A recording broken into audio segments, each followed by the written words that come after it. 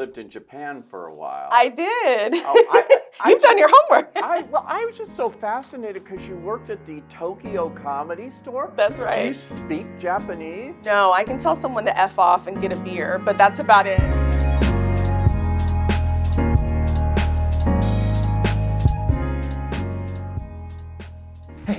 Hey, what are you doing? I was just making my big pitch. You go back in there and you tell him your mother takes things very personal. She doesn't trust him, okay?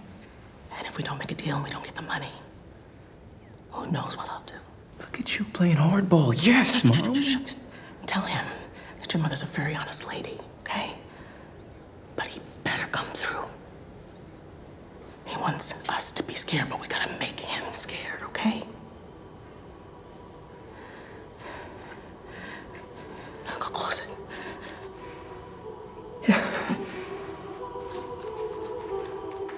Welcome to Behind the Lens. Today I have writer, producer, director, and actor. Is there anything she doesn't do behind the lens, in front of the lens? All of that. Her second Emmy nomination now in full effect for supporting actress in a drama series for the third season of The White Lotus. So good. Plays Belinda. I'm obsessed with that show.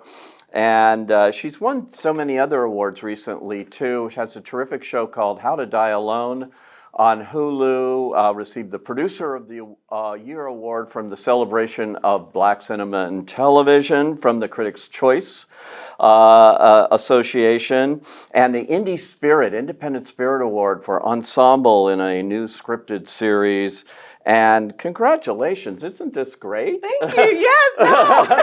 This is Natasha Rothwell joining us today. Thank you for having me. Oh, I'm so thrilled. Since first I discovered you on Insecure. Yes. Which was quite a run. And you were there when we're talking Behind the Lens. You not only were a key supporting player, one of her great friends, Kelly, you played obviously there, but you were a writer on the show. You wrote episodes. I think you even directed one as well, right? Yeah, this final season I did, yeah. And had several different producer titles over the course of that series as well. So you do it all, like I just said, right? I try. I think that, when I was coming up, I didn't really have sort of a multi-hyphenate to look up to. It was a lot of sort of stand-up comedians turned TV stars, Seinfeld and Ray Romano and the like. And so for me, working with Issa was such an eye-opening experience because I was hired just as a writer. And I don't say just pejoratively, but I was a writer and really was focused on that.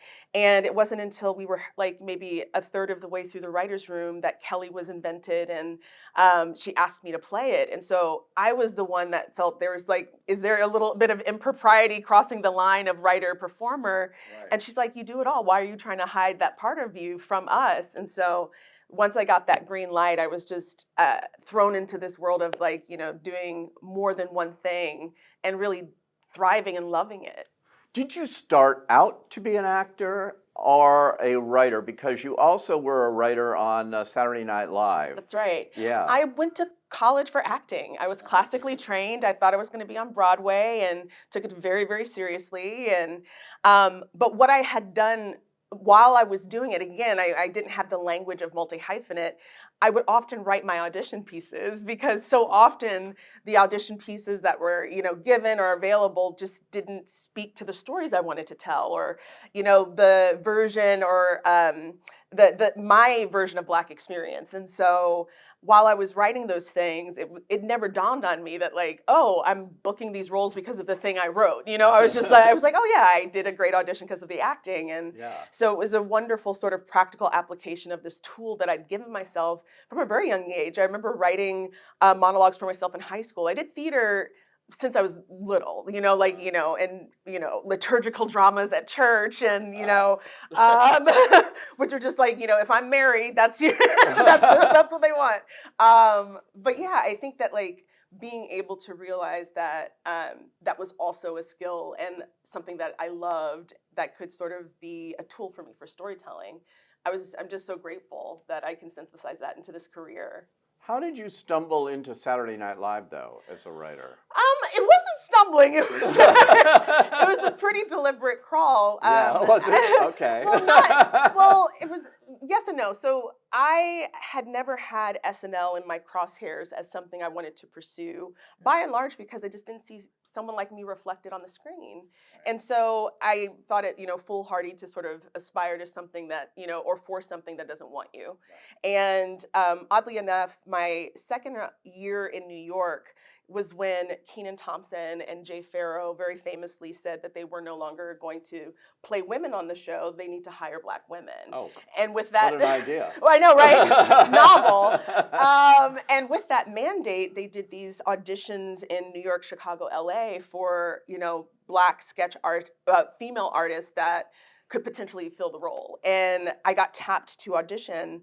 And so I was originally sort of pursuing in front of the camera because that's what they were looking for. And I made it past the first round, and then the finals were at Studio 8H on the SNL stage, and very nerve-wracking. But I also was just taking it like, everything up until that point in my relationship to SNL had been sort of happenstance. So I was like, if it's meant to be, it's meant to be. I auditioned and didn't get it. And then a month later, they reached out to my manager at the time, said, she had one of the best written auditions that we seen, would she want to write in the room? And I was like, yeah, of course. So that's how that came about. It was just this kind of dogged pursuit of creativity in New York. And that got me recognition to audition for the show. And so it was just like a byproduct of that. So that was a good move to New York, because I know you lived in Japan for a while. I did. Oh, You've done your homework. I was just so fascinated because you worked at the Tokyo Comedy Store. That's right. Do you speak Japanese? No, I can tell someone to F off and get a beer, but that's about it. How do you do a comedy act? Well, this is one of my favorite things to talk about because it is a bunch of expats in the audience. So not everyone's from the US, okay. But they're from all over the world and they have some understanding of English. And so there were stand-ups, I don't do stand-up, that did stand-up in English. There was sketch and improv, and I did the sketch and improv portion.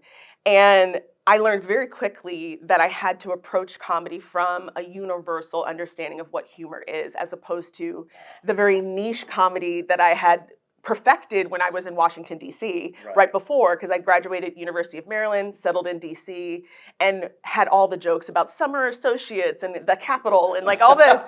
And so going to Japan, I was like, oh, this doesn't translate. But what is universally funny? What are those things that we all can sort of like laugh at recognition? And so it really honed my comedic skills because you're in front of a room that was just like, oh, this guy is from China, this woman is from, Zimbabwe, and this woman, but they all have an understanding of like when the servant has more power than the boss. Like that's intrinsically funny. So it's just like, oh, there's different status conversations, and subverting expectations was really sort of something that is universally funny. And so I had so much fun there, learning and training in that way. That's a really valuable skill to have. My God. Yeah. When you're writing, because comedy doesn't always travel. That's right. And but if you can find a way to make it, Yeah, I think there's universal in the specific, and I think that once you understand what is sort of universally funny or what people are interested in recognizing themselves in story, because I think laughter is recognition. So when you give someone an opportunity to recognize themselves, I think that's just like such an amazing skill to hone, because the more people that can see themselves, the more people you reach. Yeah. And you've worked obviously on Insecure, which was about being a Black woman, and don't always get the opportunity in television. 100%. That one really provided a key opportunity, I think, in the world. And it was HBO, just like White Lotus. Yeah. And went on for several seasons. How difficult do you find that in this world to find those opportunities? I mean, it's a struggle, I think, because so often Black creators are being tasked with creating their own work, Issa created Insecure, I created How to Die Alone, and while that creation and process I absolutely loved. Showrunning was one of my favorite things, and having my hands in all the pots, it's amazing, but it's an exhaustive process where so many of, our white counterparts just are in the acting lane, and they just don't even feel the need to create their own work in the same way, where it's just like, if we're not generating it, it's not getting made. And so I think that there's we're not as far as we need to be in that area in terms of creating opportunities and sustaining them. Because I think that, there's the Black golden age of television when we had, Sister Sister and Hanging with Mr. Cooper and Moesha.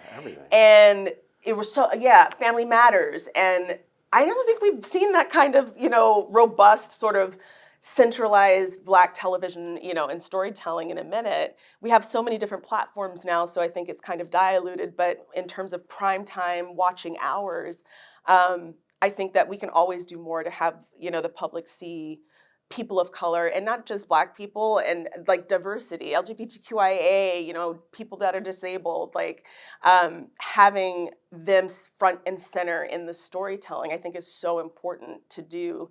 And it takes intention, right? It's not something that happens casually. You have to be really specific about it. And I did so on my show. I was very deliberate about, who was in front of and behind the camera. Right. Because you need to have that representation to really, like I said, touch into the universal storytelling.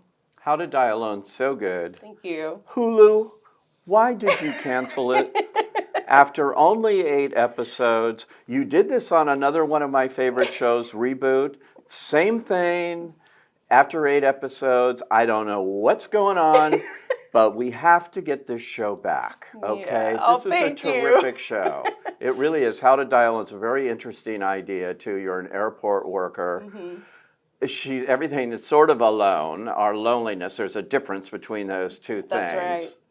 In it, and you're so good in it. You were nominated for a couple of NAACP Image Awards for it. You won, like I mentioned, the Producer Award from Critics' Choice Celebration of Black Cinema. You do it all on it. You created it. That's right. I mean, there are so many funny lines in it, too. One I still laugh about whenever I think about it, when you're in the hospital and everything. They said, I checked your information and everything, and the emergency contact, I think, has changed or something. No, I am my own emergency contact. Yeah. Hilarious. What a better way to show alone. Right. Than making yourself the emergency contact. You can't get much more plain. But it's great. How did it come about? How did this show come about? And you can still see it. At least Hulu is still running That's the right. show. That's right. You can see it on Hulu platform. It's a project that I've been working on for 8 years. Wow. Yeah, it had originated at HBO. I got a development deal while Insecure was still happening. And the process was slow and steady. And I think, the project over that 8 years fell prey to just the development cycle of the industry, and I was able to then take it from HBO over to the Disney campus and get it going there. But the story itself, it's kind of a love letter to the unhealed version of myself, that felt so incredibly lonely and didn't know how to, satiate it. And the real sort of antidote to loneliness is vulnerability. And that was my sort of, hill to climb for the better part of my 20s and even into my 30s. And I'm 20 now, so I'm aging backwards. No big deal. No, like Benjamin Button. That's right. But no, it was such a joy to put pen to paper on that, and just it's the most vulnerable thing that I've put into the world so far, and it was wholly cathartic for myself, and the people who have found the show have said the same, because it's just unapologetically honest about the journey to trying to heal yourself from that loneliness, because it's not a straight line. There's so many up and backs. And, when we were talking about the show, we often referred to Mel, who's the main character, as sort of a Roomba vacuum cleaner. Right. You turn it on and it hits a wall, and that doesn't mean that it's a bad thing. It's learning how to clean up the space, and so it starts again after it hits a wall. And I think that's it's true of my healing process, that, the walls that I hit are indicators that I'm on the right path. I'm learning how to work through it. So, And of course, you play Melissa. yeah, There, that's the power of writing. That's the power of being a writer. that's right. You write it for yourself. That's right. Which is so cool. Yeah. And to get that opportunity. I mean, I'm so grateful for it. It's so funny because I've done some interviews and different reporters will be sort of tiptoeing. Should we, is it okay if we talk about it because it's been canceled? I was like, scream it from the rooftops. I'm so proud to have, cut through the noise of, shows that are, derivative of something, a remake. This is something that was wholly original, that broke through that noise. Like I said, every platform is so saturated with content that it was able to say something that was loud enough to be recognized by my peers and seen so beautifully by, the press. It's a joy to talk about. It's not in my mind, and I don't think in other people's mind, there's no version of it that is a failure. To me, it's success that it lives and that it'll continue to live on and touch people. And it's one of many shows I'll create. It's not the last. So to me, it's just a comma. And it's still able to be discovered. I mean, right. that's the great thing about streaming. That's right. As opposed to network television. You get canceled there, and sometimes they cancel shows, before they even get on the air. That's right. That's right. So, it's definitely a great one. Of course, White Lotus, which, and I'm sitting here, you're so vibrant and full of life and everything, Oh, but, thank you. this character that you play, that you have now been nominated for twice for Emmys I for, know. congratulations, It's you're up for an crazy. Emmy now. Actually, in different categories, because the first time That's was right. in limited anthology TV movie, that long category. That's right. You were nominated for it, and then it became a series, so now you're in Yeah. drama series. Wow. Did you have any idea that they were going to bring Belinda back to this show? Absolutely not. Because it's always, except for, Jennifer, they didn't really bring back many characters. No, it was truly, I'm an artist, so I can get very woo-woo about characters. And I just remember season 1, I said goodbye and said thank you to Belinda because I was like, I'll never see her again. And she changed my life. And Mike White has changed my life in no uncertain terms. And so I just remember Mike was shooting season 2 in Italy, and he was headed back to LA for the 2020, my nomination year, because it was the COVID. It was weird, if you remember. I know. Yeah, it was so I remember bonkers. it very well because I go to the Emmys. I'm in the Academy and all that, and I sat way up there while everyone was down having dinner, and we're watching them have dinner. Yes. From the stand. It was a weird. It was a very Emmy strange thing. Emmys. But so Mike had come back in 2021 to receive and the awards for 2020. And he was like, do you want to grab dinner? And I was like, yeah, no. And that didn't strike me as odd. And he just mentioned very casually in the conversation, he was just like, I'm finishing up shooting season 2 and I'm already thinking about season 3. And I think I might want to bring Belinda back. What is, would you interest that? I don't want to go down that road if you're not. I was like, Mike, I will literally follow you to the ends of the earth. I was like, yes. But that's still, and having been in Hollywood enough at that point, I didn't hang my hat on it. I'm a writer myself. I'll get an idea and a character live and dies by the pen within the hour. Yeah. So I was like, I'm not going to hold you to this. And so went about my life. And sure enough, after, the dust settled with season 2 and he really got into the season 3 story, he reached out again and he was just like, you're in this, we're doing this. And I was like, just tell me when. I was like, make sure my passport's up to date, my bags are back. Wow. Had no idea what the story was, didn't know anything about season 3, but I was just like, I'm in. You just did it. I just did it. Because the first one, she's very internal. Her big dream was to get her own business and all of that. And Jennifer's character was, Coolidge's character was going to give her this money and bankroll it and then totally betrayed her with all of that stuff that happened to her. But we saw it all play out in your face. Yeah. And it was so beautiful and subtle. And, Thank you. And doing it. How did you find that part? Did you collaborate with Mark on where this character would be, who she would be? It's so interesting, once I met with Mike for season 1, it was a very different, entry point than season 3.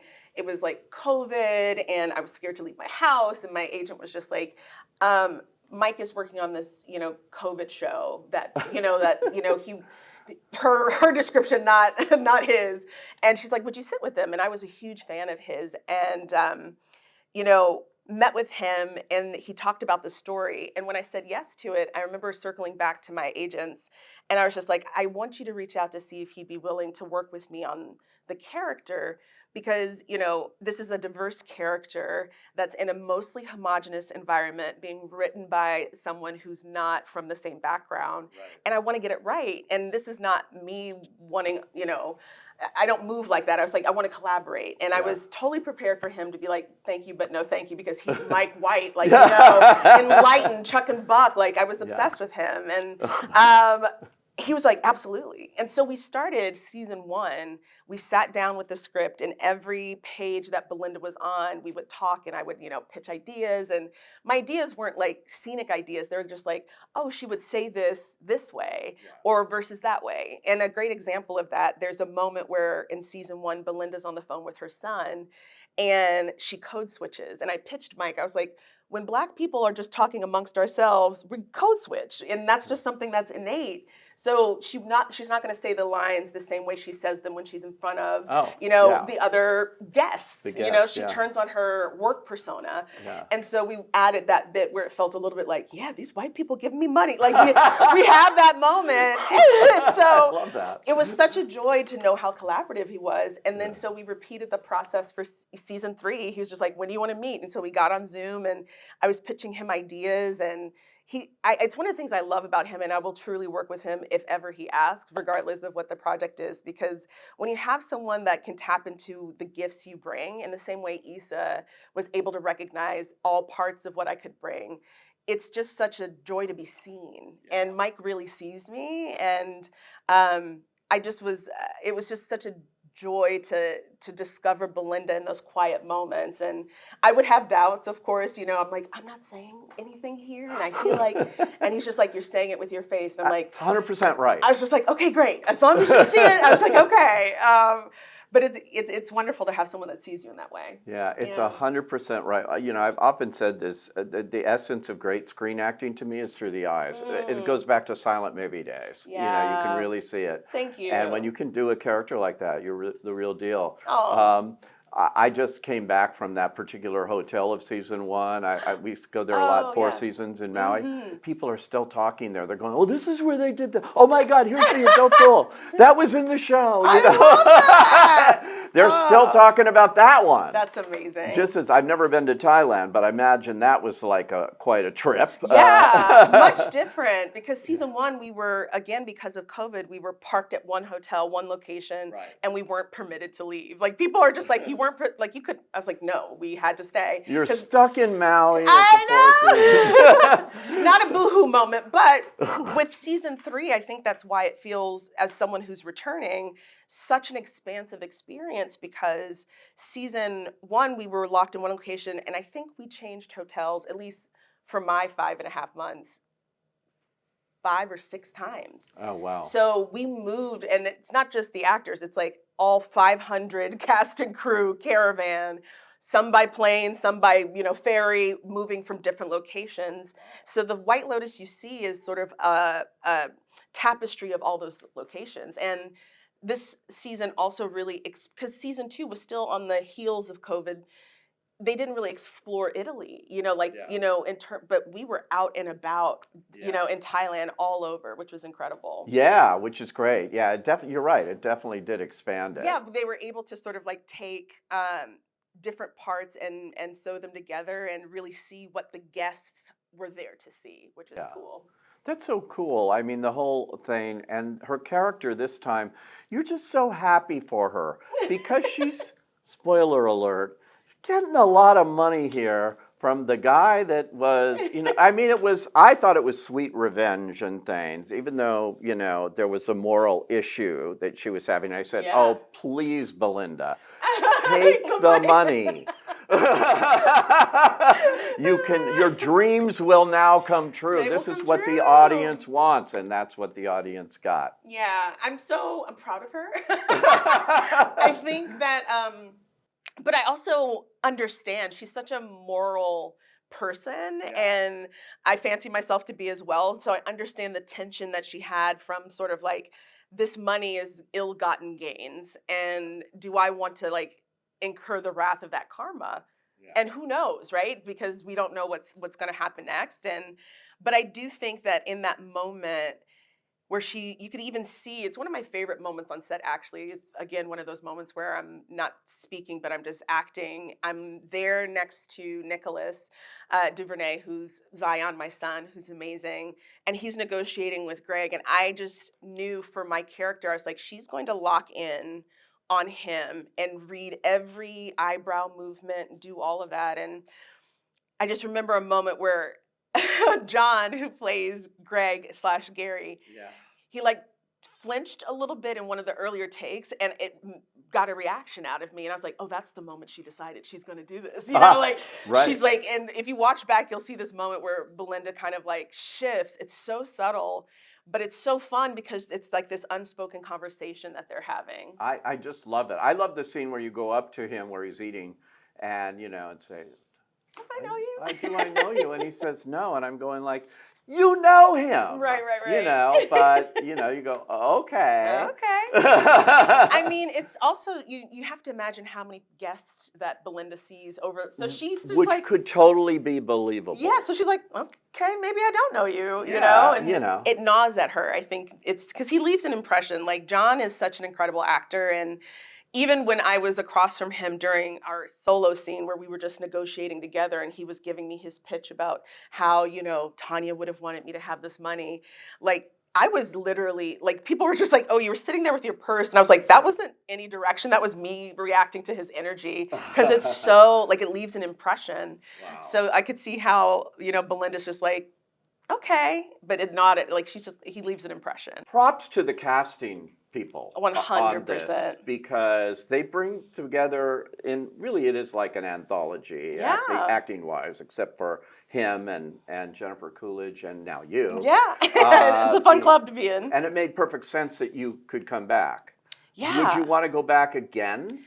In a heartbeat. In a heartbeat. I don't, and that's the thing that people have asked me since. They're like, has Mike told you anything? I was like, no, thank God. Because I had to keep the secret of like Greg coming back, John coming back for 2 years. And I was like, please don't tell me anything. So truly, I don't know if I'm coming back, but Mike knows. Like they're like a family now. So I'm just like, they know I'll come back, even if it's for me to be a background actor. I was just like, if you need me to walk by the screen in a spa uniform, I'd do it. And all of that, you know. You come back, I know, in as Rachel. Yes, in Sonic. You've been back 3 times. That's right. Sonic the Hedgehog, 1, 2, and 3. That's right. Another thing, you've been very busy this year, in the last year. You going to come back in that? I mean, I told the gang there, I was just like, I love playing her, and Tika is amazing, James Marsden is amazing. And so I was just like, I will absolutely come back. If this is the tradition, like, sign me up. I haven't heard anything about the 4th one, but yeah, I would absolutely bring Rachel back. Well, a lot of things going on at Paramount these days, but that's one thing. That part. That part. I'm sure they're going to be bringing back that. That was shot in Hawaii too, wasn't it? Yeah, Hawaii, and then the last one was in London. In London, which, okay. Ironically enough, the journey to White Lotus, it's related. I flew into London to shoot the Sonic 3, and then went straight from London to Thailand for 6 months. Wow. So we got it in there. Wow, amazing. Well, just so much fun stuff, and I'm so glad you got nominated again, because those are big cast, and so many good performances. I'm still pinching myself. It's great. Yeah. Well, best of luck at the Emmys, and as I told you too, How to Die Alone is still on Hulu. Do like I did. Go find it, discover it, and write a nasty letter to them. And so we can have more of that, and we're going to have more, whatever you created. So great. Natasha Rothwell, thank you for joining us on Behind the Lens. Thank you so much.